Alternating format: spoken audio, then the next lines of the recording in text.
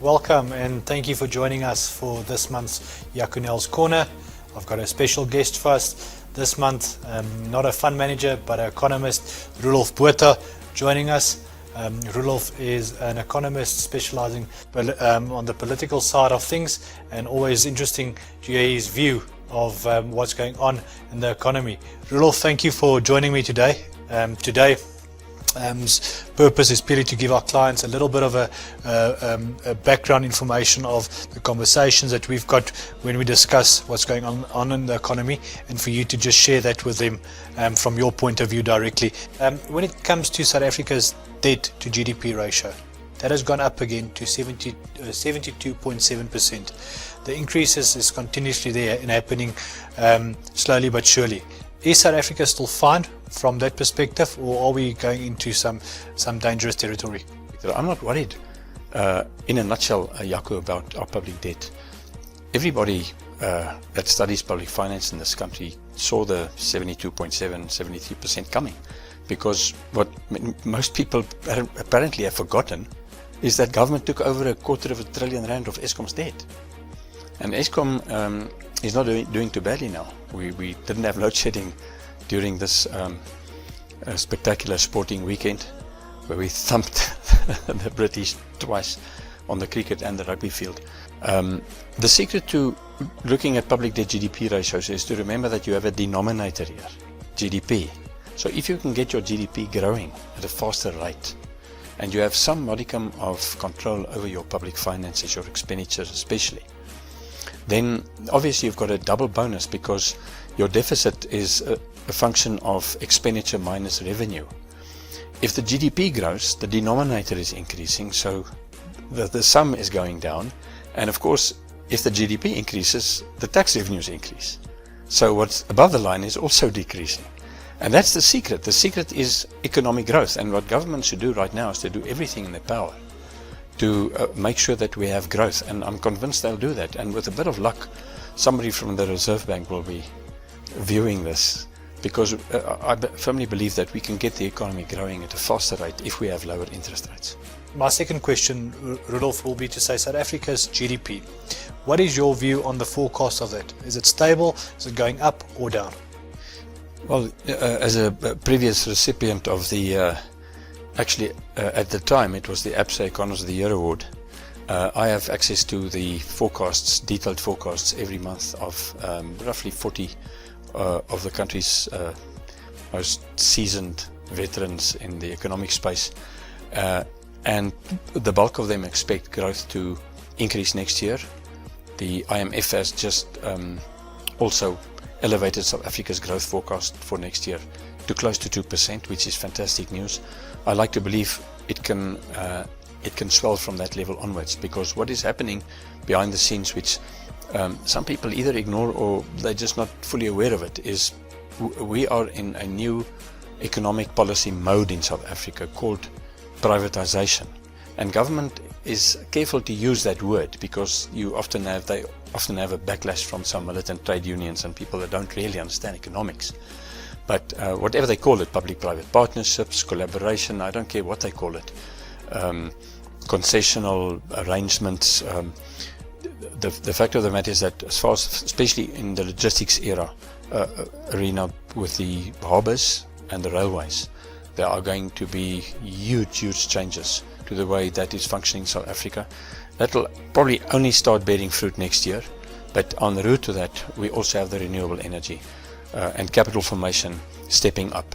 So there are some growth drivers right now. There's no talk about a recession as far as I'm concerned. I'm putting my reputation on the block here, but we will not have a recession this year. We will not have a recession next year.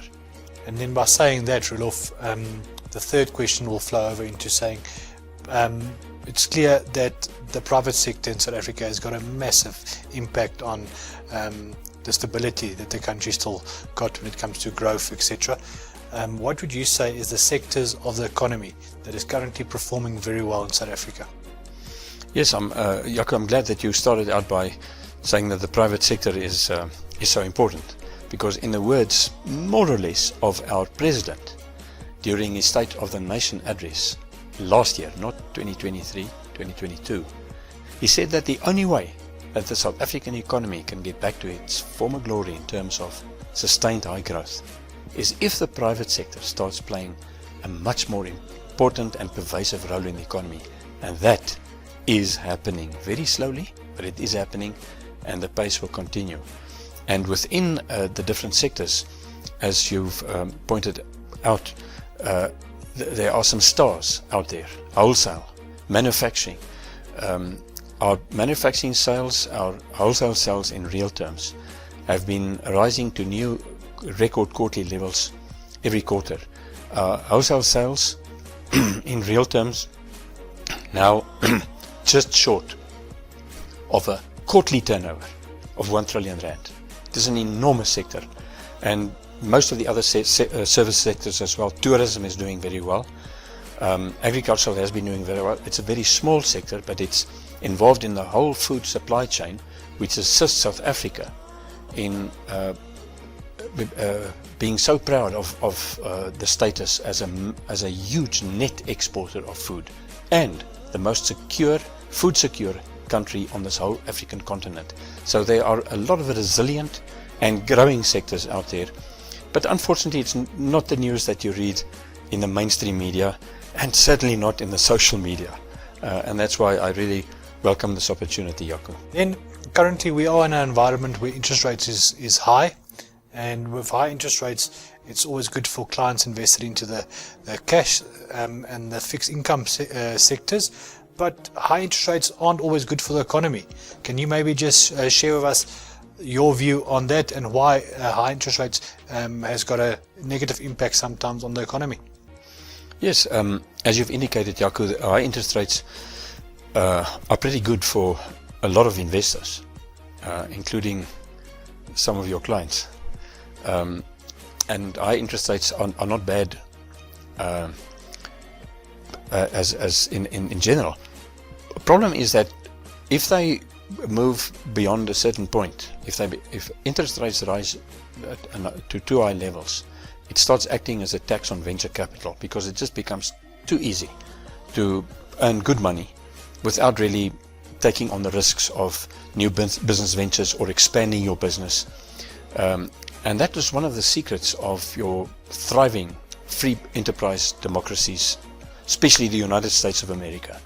Venture capital made that country what it is today. And they are also battling with very high interest rates by their standards. Of course, in South Africa, the prime overdraft rate is touching 12%. I believe that is way too high.